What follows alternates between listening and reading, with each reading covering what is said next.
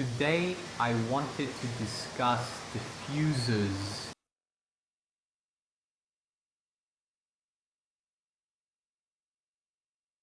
We have to start with some theory because basically these diffusers, these flows in the ventilation ducts and the distribution of the airstream are the main foundations of creating heat recovery ventilation systems. It is not difficult, you just need to spend 15-20 minutes on it. If you try to understand this episode and 2 or 3 more, which will be 10 or 15 minutes long, you'll have the fundamentals of the theory of ventilation and heat recovery. As for single family houses, you'll literally have the basics and I think you'll manage. We'll start with a little experiment. Well, having been a teacher once, it sticks with you. Here we have a small fan, 120 from Sunon, not that I'm advertising, Sunon model DP201A. It has a capacity of about 160 cubic meters per hour. So this capacity, 160 cubic meters per hour, supplies air for up to 8 people, and typically your units operate in those ranges between 100, 150, occasionally up to 200. I will try to draw the stream of this fan for you later on, but now we will do a small experiment and turn on the fan to see how a piece of paper behaves at a certain distance. Here we go, turning it on.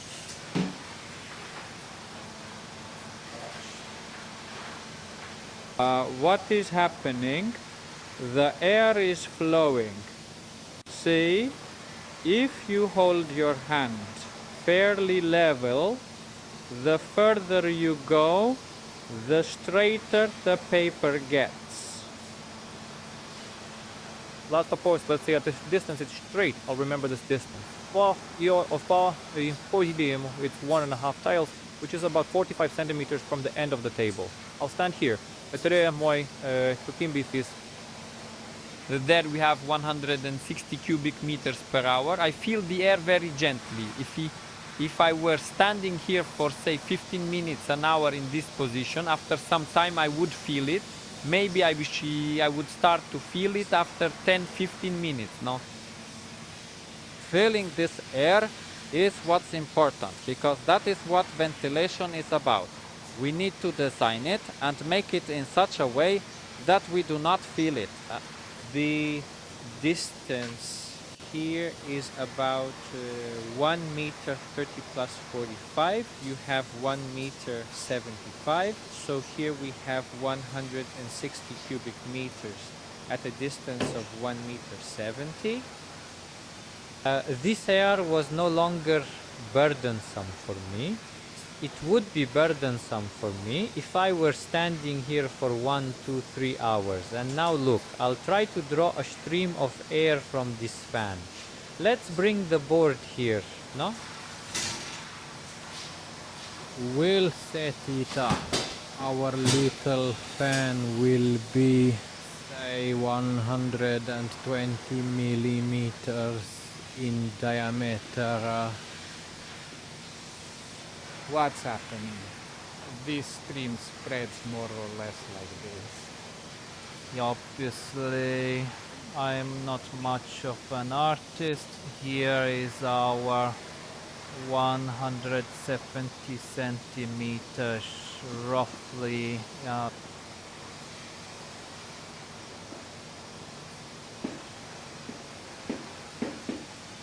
Obviously, this can be studied in a laboratory to see how this stream spreads.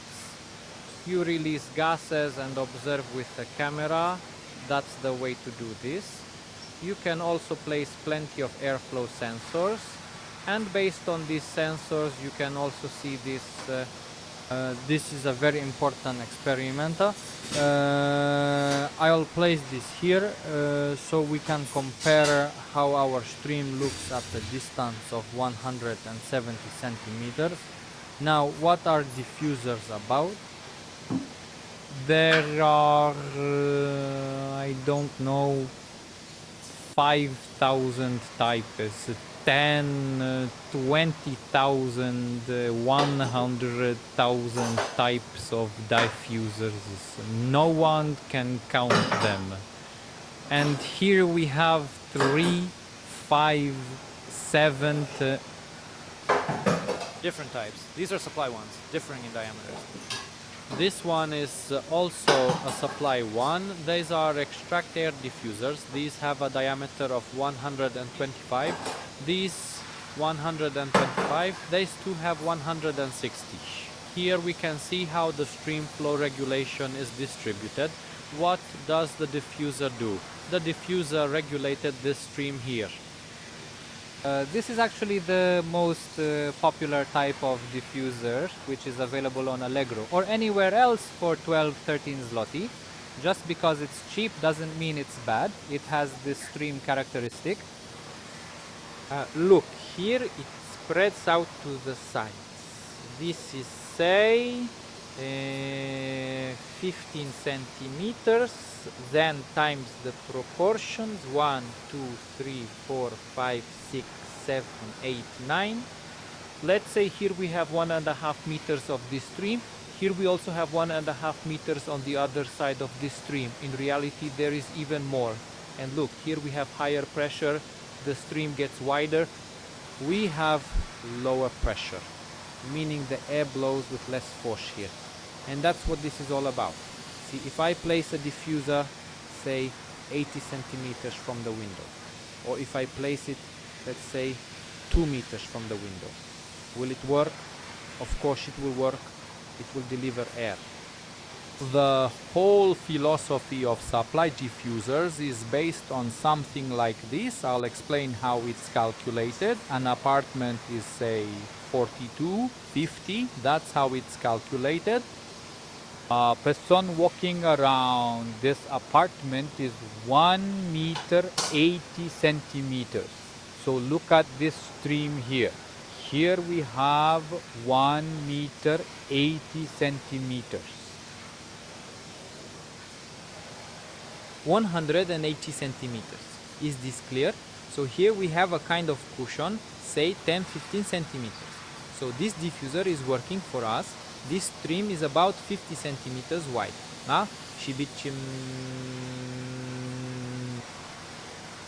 If we install it under a ceiling that is 2.5 meters high, a person walking under this diffuser, if it's set to the standard flow, let's say up to 60 cubic meters per hour. I will repeat once more. Up to 60, that's due to the characteristics. I'll explain why in a moment. Oh, see, here we adjust the width of the stream by regulating it. So a person walking under this diffuser who is 1 meter 80 still has some space. They should not feel anything. That is what our diffusers are about. Once we know that nothing should be felt here, it is okay. So if someone says that it should be 40 centimeters by the window, are they mistaken? We simply change the shape so that it tilts a lot and goes down. If someone says it has to be 80 centimeters, are they mistaken? Number. If someone says it should be 1 meter, will it also be fine? It will also be fine. It's not rocket science. The most important thing, at least in the supply diffusers, is to select it so that a person walking in the room doesn't feel it. Here we had 160 cubic meters. With a diffuser like this, we give a maximum of 40 when it comes to supply. 50, in some cases 60. So remember what the air did with the piece of paper here. You have it directed in one direction, and here with a diffuser like this, we have it directed all around, a radius of 2.5 or 3 meters. Will the person feel it? You have to answer that question for yourselves. It's the same with extract air diffusers. We're looking for an extract air diffuser. This will be it. This is the stream for the extract air diffuser. Here we also let in, say, 60 meters, because with extract diffusers we let in more, as they are used in bathrooms, kitchens. Look what happens with this stream. With the extract we can feel it a little, no? With the supply one, not the supply, we can't, but the air feels different if it's being drawn, rather than the air that directly blows on us. You can do an experiment with the dryer. Look. On one side it draws in, on the other it pushes out. When it draws in, it does it on the surface, and when it pushes out, it pushes under pressure. It's very easy to test this with a hair dryer. This is the best experiment. On the side where it draws in, we don't feel the air as intensely as on the side where it pushes out. That's why with these extract air diffusers, the stream looks like that. They're, say, at a height of around 1 meter 50, or even by the ground, it might level out. Just look at the radius of this stream. Yeah. Here we also have about 15 centimeters. We have 1, 2, 3, 4, 5, and there are 10 of them. So we have the radius of this stream. How much? Let's say 2 meters. If we install it in the kitchen, say 1 meter from a gas or electric stove, will this diffuser work? It will. We install it at 2 meters. Will it work? It will work. Like I said, it's all designed and made like that. I repeat once more, ventilation is not, say, a pharmacy. No matter if we place the supply air diffuser by the window at 80 centimeters, 1 meter, 1 meter 20, or 1 meter 40, it will work. If we place the extract air diffuser 1 meter from a stove, whether it's gas or electric, will it work? We place it 2 meters away, it will also work. You have to take into account that this is how it's done. And now a very important thing. Diffusers are used for adjustment. But what are we adjusting? We mainly adjust the distribution of the airstream. We tighten this. You can even see it. This diffuser distributes the airstream straight under the ceiling. The more we tighten it, the smaller this space gets and the narrower the stream is, so it goes further. And as for airflow, we use dampers and flanges on the diffusers. Look, let's imagine a car. To make a car go slower, what do we normally do? We reduce the throttle a bit, now decrease the fuel mix, decrease not just the fuel, but the fuel air mixture.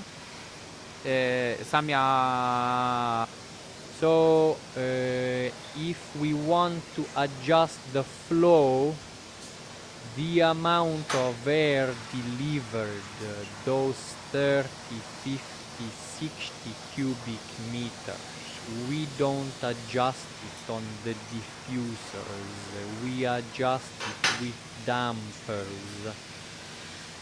It's like with a car. Yeah, to make the car go slower, we would add a kilogram of weight to the car. Say the car weighs 2 tons. What can we do to make it go slower? Obviously, we think of the engine's characteristics. Let's add another 2 tons, no? It will go 30% further. It makes no sense. We have dampers for flow regulation by adjusting the position of this damper here. There are several types. See, once assembled, we adjust the flow. And as for the diffuser, it is used to adjust these streams. Remember this, it's very important. Since we are already talking about our dampers, then look, there are thousands of types. There are those, they are also very popular. the press in once. The damper not only adjusts the flow of air but also silences it. A very important thing. Now, moving on to another very important topic. Why cannot we let too much air through the diffuser? Look, here we have an opening diameter marked with a letter. Here we have the opening. The position is 9, -5, 3, 0. If we let a lot of air through, say 100 cubic meters through a diffuser at an opening, say -3. We are cooking mom, we're going up here. This scale ends at 35 decibels. Again, at the opening of -3. This creates a resistance of 200 pascals. Okay, we'll adjust the flow, but what will happen? It's going to be loud.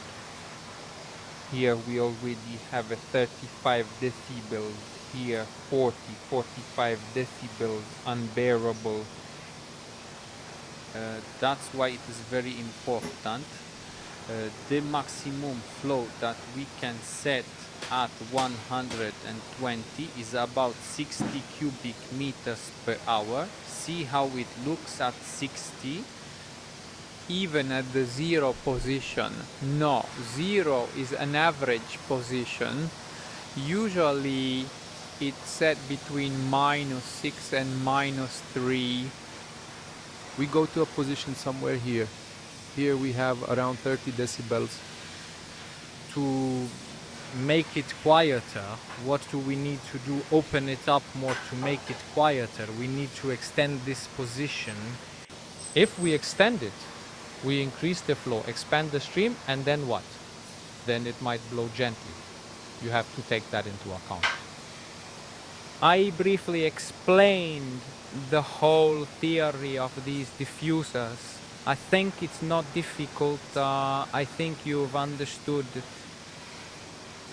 To sum up, I'll tell you once more. Here we had a flow of 160 cubic meters. You know that at a distance of 1 meter 70, I didn't feel it. On the diffusers, we set flows to a maximum of 60 or 70. Very important.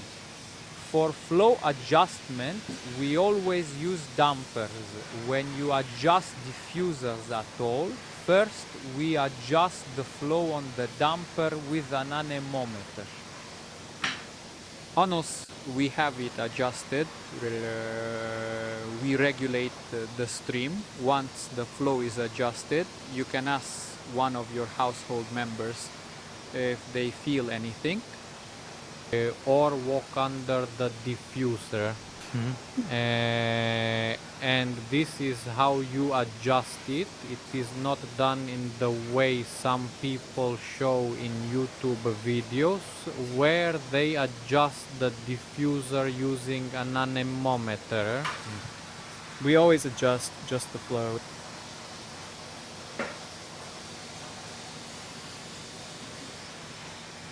When we have it adjusted, we attach the diffuser and then we adjust the stream where it should flow. That's just to satisfy your curiosity how it's done. To sum up, we already know how to adjust. We know how to set it. We know about the comfort zone. We've covered a lot of ground today. Just remember, between 30 and 60 cubic meters on a diffuser with a 125 diameter. It results from this characteristic so that it's quiet, and we must remember that we adjust our stream with it. Now we will do a small demonstration of how the air is pushed, but also how it works in a suction system.